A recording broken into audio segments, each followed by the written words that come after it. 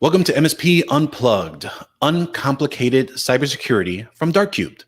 I am your host, Paco LeBron. This is our live show where we discuss different ways to run your IT business, whether it's managed services, consulting, break fix, or anything in between. As you can see, I am here by myself. Jeff and John are both on vacation, a well-deserved vacation, so they will be back next week on our episode. And as you realize, we are on our new date for Tuesdays. So make sure to catch us on every Tuesday at 11 Central, noon Eastern. But before we go in, let me go ahead and introduce the co-hosts and guest. We have Vince Crisler. Is it Crisler or Crisler? It's Crisler. Crisler. All right. Vince Close. Crisler from Cubed. Vince, how are you? I'm great. Thanks for having me on. No, I appreciate you coming on as well. I know we had collaborated in the past with some of your team members there. We've kind of acquainted ourselves. We wanted to kind of get you on the show because I believe you have a great service. And I know there's been some retooling and reinvention as well over the past years. So we'll kind of go into that here shortly. But before we go into that, really talking more about Cube services and how that can provide to your customers, we want to talk about our favorite topic here is Techcon Unplugged. Techcon Unplugged 2021 is going to be in Chicago in September 17th to the 19th at the Aloft Hotel, Chicago O'Hare. We're going to learn from amazing panels to help maintain and improve your business, meet vendors to find products and services that save you time and money, and rub elbows with your peers in the community. We are super stoked. We have finally released the agenda. We have signed and had all the ink dry on the majority of all the sponsors. And believe it or not, a lot of those slots are already filled with a couple here and there. We got a couple out there. So you may see a couple new ones jump on there. But essentially, we have people like Huntress. We have partners such as ThreatLocker. And happy to announce Synology will be joining us as well, which is a huge one for the community that really wants to gain access to a lot of those vendors face to face and really talk to them. But we also released not only just those vendors, but I mentioned the agenda as well. So we are covering quite a few topics. I think one of them, understanding and improving management of your cybersecurity risk, how to build out your security stack, especially now in this day and age after the pandemic and remote from home, things of that nature, and really driving down onto your internal optimization for your business, help working on standardization and organization, plus among a lot of other things. We're going to have great socials. We have our Friday night social, which right now is being brought to us by ESET. We have our Saturday night social that we will be at the Five Roses Pub because, again, we originally were going to have it over at Dave & Buster's, but feedback from the community from our first event in 2019 in Grand Rapids was it was great to let steam off. However, we did not have the ability to have that hallway conversation. It's, again, it was a little bit loud. There was a lot of everyone there. So this location is not only around the corner from the hotel, but they are actually closing the restaurant down for us between 6 and 11. So we will have our dedicated time with each other. Great food, great drinks, and all fun, and a lot of great information all around. So if you are interested, I strongly urge you to purchase your ticket because again, everyone is itching to get to an in-person event. Chicago fully reopened on June 11th. So head over to techconunplugged.com. Tickets are $199. And again, with that ticket purchase, we will make sure to take care of all of your food and drinks and head over to the website for discounted hotel rates as well. But again, techconunplugged.com. We hope to see you there. All right. So we're going to go right into the topic here, Vince. Again, really greatly appreciate you coming on to talk about Cubed. Why don't you go ahead and give us a quick 30-second minute pitch on how Cube kind of surmised and came to be? Yeah, so my background, I was the CISO at the White House for a while. I spent almost 6 years working with the Department of Homeland Security on some of the national cybersecurity challenges there. And I kind of came away from those experiences with a couple really strong feelings. One, there was a lot of information out there in terms of threat intelligence and SIM and all these other things, but that didn't work down market. Okay. And the second was, the small and medium business market was worse off than anybody was willing to admit. And it's kind of because the traditional focus has always been what has been working for the enterprises and what are the models of technologies and services that work at the enterprise level, and how do we dumb that down for everybody else, which just, as we know, just doesn't work. Right. And so I came out of those experiences with a passion of like, how do you build something from scratch that'll work for the small and mid-market? And that's what we're focused on every day here. Very cool. Very cool. I know that in the past we had engaged Dark-Cube for our own MSP. Excuse me. And because we were trying to fill a lot of those gaps, as you mentioned, right? And I think there was, for us at the time, we were trying to center our stack around the NIST cybersecurity framework. We had a lot of these tools. And at the time, we were actually searching for a organization, a business, a partner, a vendor that could read the logs of our firewall, because that's been a huge piece where people feel that, reading logs is very important, especially when it comes down to really trying to understand the threats that may be coming into the perimeter and things of that nature, obviously previous to COVID. And I think when we spoke with Dark-Cube, you were one of the few at the time where, and I think you even preach this on the website, is, there was no agents to have installed. There's no hardware.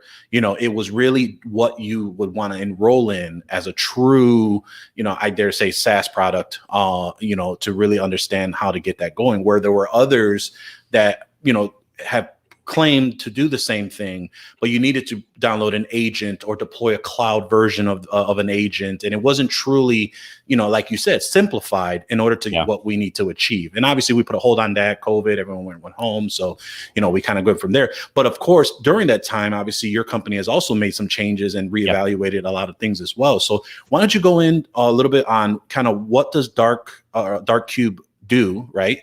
And maybe highlight some of the services that would help some of the MSPs that are looking to get something more, they really want to have, that second set of eyes, or that team that has their back on handling some of that cybersecurity risk.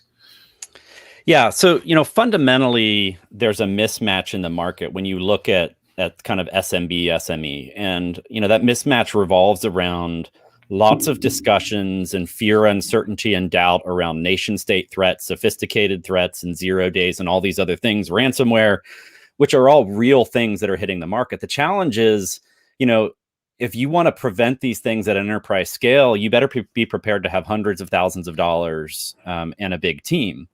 And the reality of what we're seeing is, even with ransomware attacks that are expensive and time consuming and hard, a lot of these come because somebody has an RDP port open and it gets brute forced, right? And that brute force is happening from a known bad IP. And so when you get into this concept of, monitoring logs and looking for bad stuff, how do you do that efficiently to say, look, I want to look at every kind of IP that's coming in and out of this network. And I want to know if somebody else out in the world says it's bad. And if it's bad, I probably don't care why it's bad. I just want to stop it. And so how do you take that mindset of, turning this idea of a SOC and analysts and threat intelligence on its head and saying, what if there was a way to automate that process with no hardware or software to install? Because the key to this market revolves around friction and cost, right? So if it takes a week to get something up and running, how many MSPs have a week to get a SIM tool deployed on every one of their customers, right? It just doesn't work. And even once you get it up and deployed, you have information overload.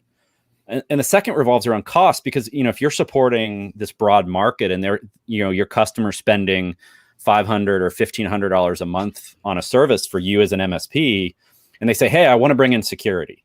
And if your answer as an MSP is, look, you're paying me $1,500 a month, but to secure that, I'm going to need an extra $1,500 a month, right? Right. That's a problem, because what you're telling your customers, fundamentally, you're not secure. I'm not protecting you. And it's going to cost just as much to protect you as it costs for everything else. And they're probably going to leave you and go to somebody else. Right. And so that's where we've built this service around, is how do you integrate very simply and easily and provide this value and provide MSPs the ability to generate revenue around that, which is where a lot of our customers see a lot of value in our service. They can generate new revenue and they can protect their customers.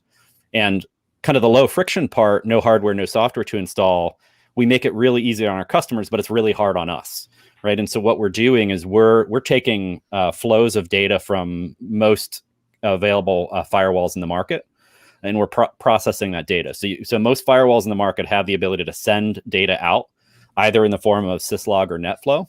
Yep. And most of them have the ability to subscribe to a remote block list. And so to support that, you have to have a whole bunch of infrastructure on our side to manage all the variations and all the firmware changes and software changes.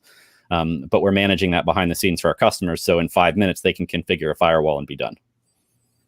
Very cool. I mean, and exactly like you said, I mean, there's a couple of things there. So one, as you mentioned, every firewall has their own thing, right? Yep. And it's there, and it's the way of, you would find a service that says, yeah, we do X, Y, Z, but we don't do this firewall because Correct. of the way that they format it or whatever the case may be. So firewalls in general are just always that ever cumbersome trying to figure out how to even get that information, but let alone being able to simplify that process to be able to modify it and set it up. So like you just said, in 5 minutes, hey, we're rocking and rolling. How has that transition been to really figure all that piece out / how have your partners really been excited to do that? Because I understand that Darkcube has an advisory board of MSPs as well to help drive that conversation going forward as well.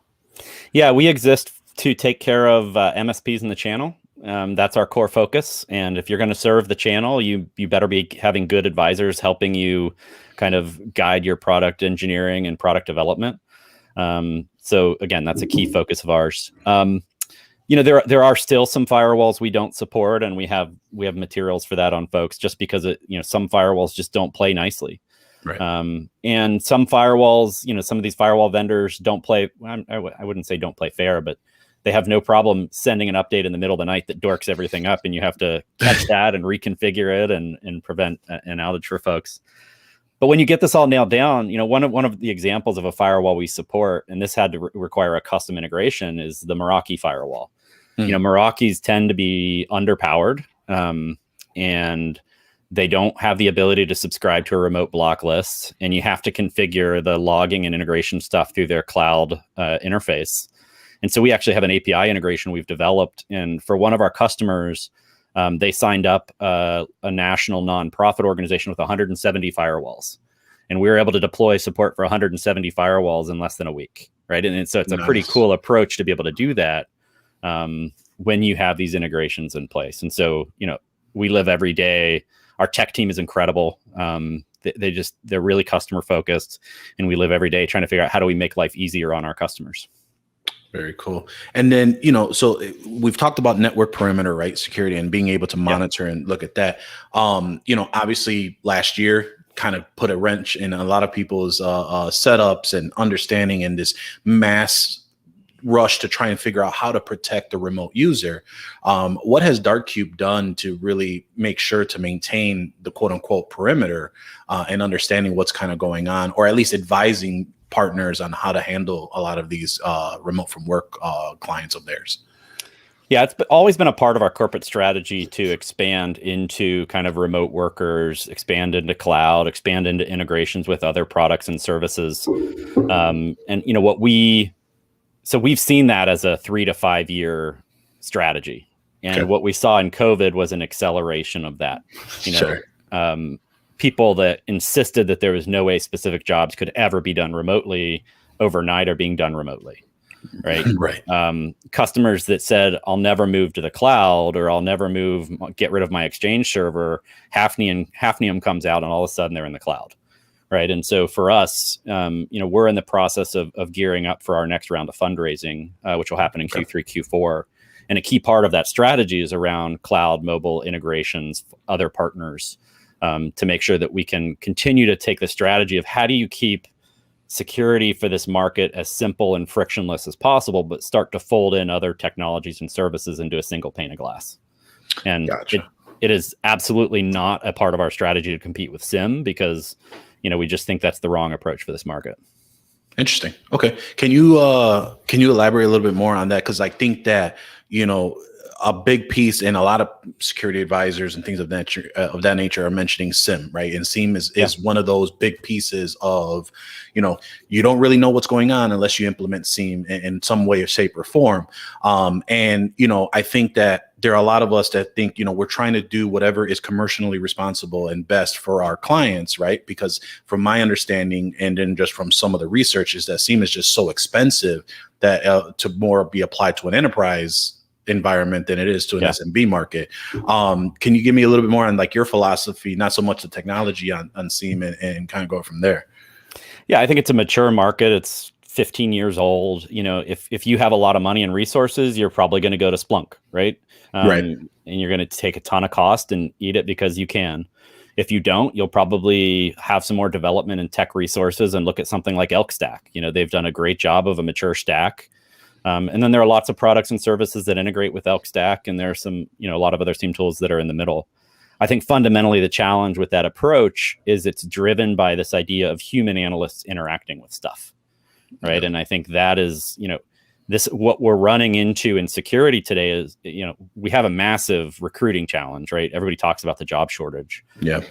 But the solution to this can't be people, right? It can't be throw more people at it and we'll solve it, because one of our key partners, and we can talk a little bit more about how we do the threat intelligence integration and scoring and stuff, but one of our key partners for that is a company called Gray Noise.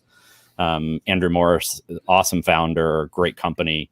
And they have this like global sensor grid where they're looking for bulk scanning activity across the internet. And what they've seen is, when a 0-day gets announced or some sort of hack gets released, the internet is getting scanned for that at scale, using tools like mass scan in minutes. And so, things like the Exchange server hacks, like that gets announced and 30,000 Exchange servers get popped within 24 to 36 hours. Yeah. The solution to that problem is not people. The solution to that problem is, we call it intelligent automation, not artificial intelligence, not machine learning, because that stuff is all wonky marketing terms. Right.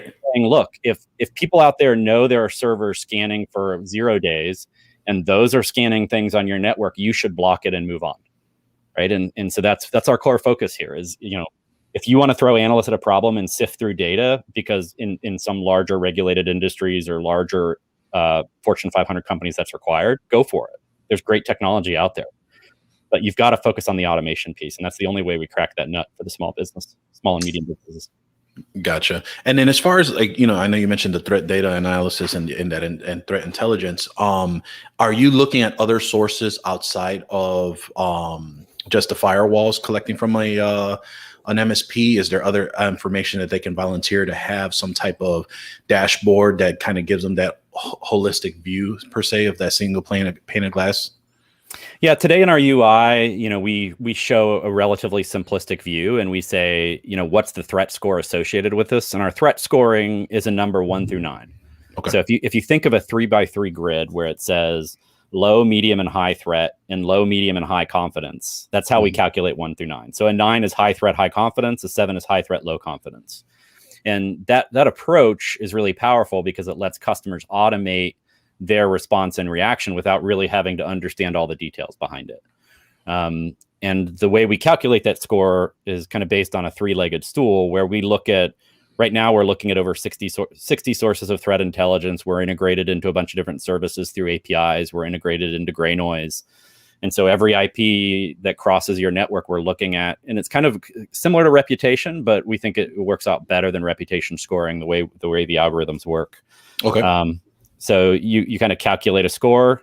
We're doing some predictive analytics where we're saying, even if none of these sources has ever reported this is bad, does it look like something else that's bad?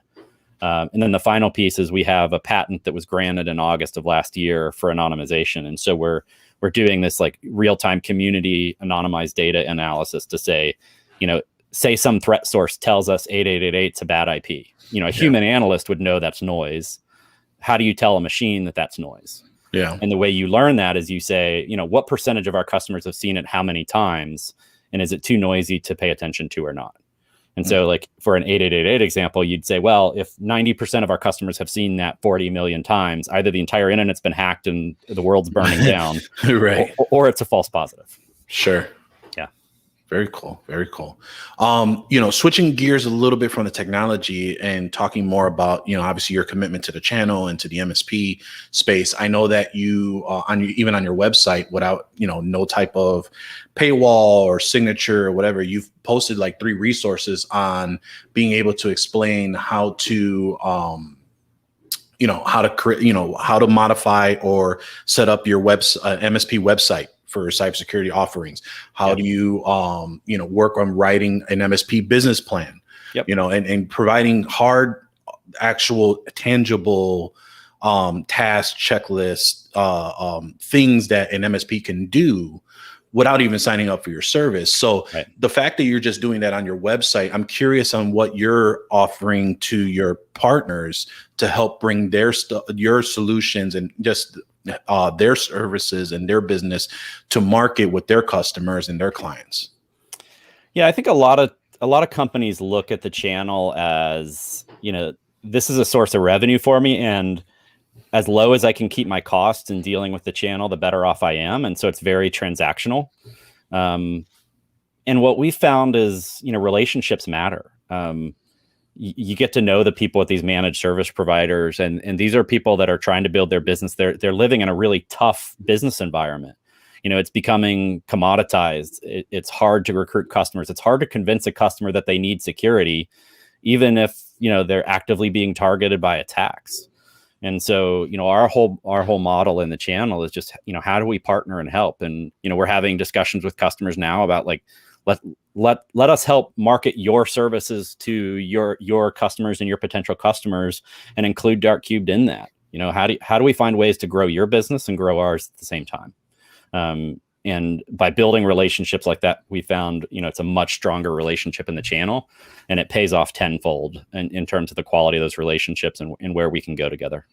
Gotcha. Now, is that a lot of in-house things that you're coming up with, ideas or resources or marketing materials, et cetera? Or have you partnered with someone to help try and drive that community focus on, let's say, marketing, for example, on bringing that information? Yeah, it's in-house. We hired a new chief marketing officer at the end of last year, Jeff Hill.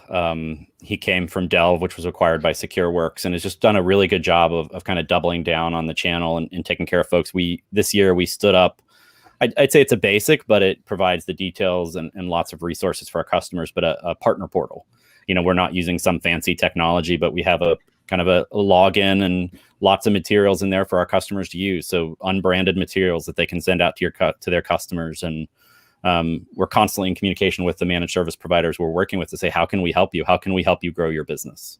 And so Jeff has really built a great program there. And so, for any of our current customers that might be listening, and if you're not using those resources, please reach out. We're happy to help. Very cool. Very cool. Well, let me take a quick break. And I know there's probably much more that we can go into. But if you want to collect any kind of lasting thoughts or other information that we want to share about Darkcubed as well. But before we go into that, if you'd like to support this show, feel free to go to patreon.com/MSP Unplugged. Again, it is about $1 a show. And what that gains you is access to our private Facebook group that will allow you to go ahead and collaborate with other MSPs. And the reason why we decided to do that is if for a lot of people that are on other MSP IT business owner Facebook groups, I personally am not a fan of quite a few of them, just because there's this concept of opinion as fact. And I think that, it gets to a point where someone can ask a specific question, and then there's 15 comments that doesn't answer the specific question. It's always, why aren't you doing this? Or why don't you know that? And it makes the user who posted that question, feel like if they're inadequate, dumb, stupid, whatever the word is. But that is something that we have always tried to battle, no matter how small you are, because we all had to learn in some way, shape, or form. So we have a really great group of people in our group, very concise. But if you're interested in joining, feel free to go ahead and contribute to the Patreon. Jeff will go ahead and add you to that group. And we want to thank our newest Patreon supporters, Mike Murray, Robert Southgate, and Mikhail Ittenberg. And then we also want to thank those that continuously support us as well. But coming back to, events, I think that, Dark Cube obviously has really adjusted itself to really contribute to the community. It sounds like there's a lot of need for just this new idea and just a new focus and viewpoint of how to really handle cybersecurity and risk management and such with those that would join you. Is there any additional items that we can talk about, your services, things that Dark Cube is coming out with here soon, that really should entice those to reach out and do a demo, get a trial going, or however the service is set up, to really understand how Dark Cube can be applied to not only maybe replace something that an MSP is currently using, but also maybe even to append and really enhance their current offerings as well.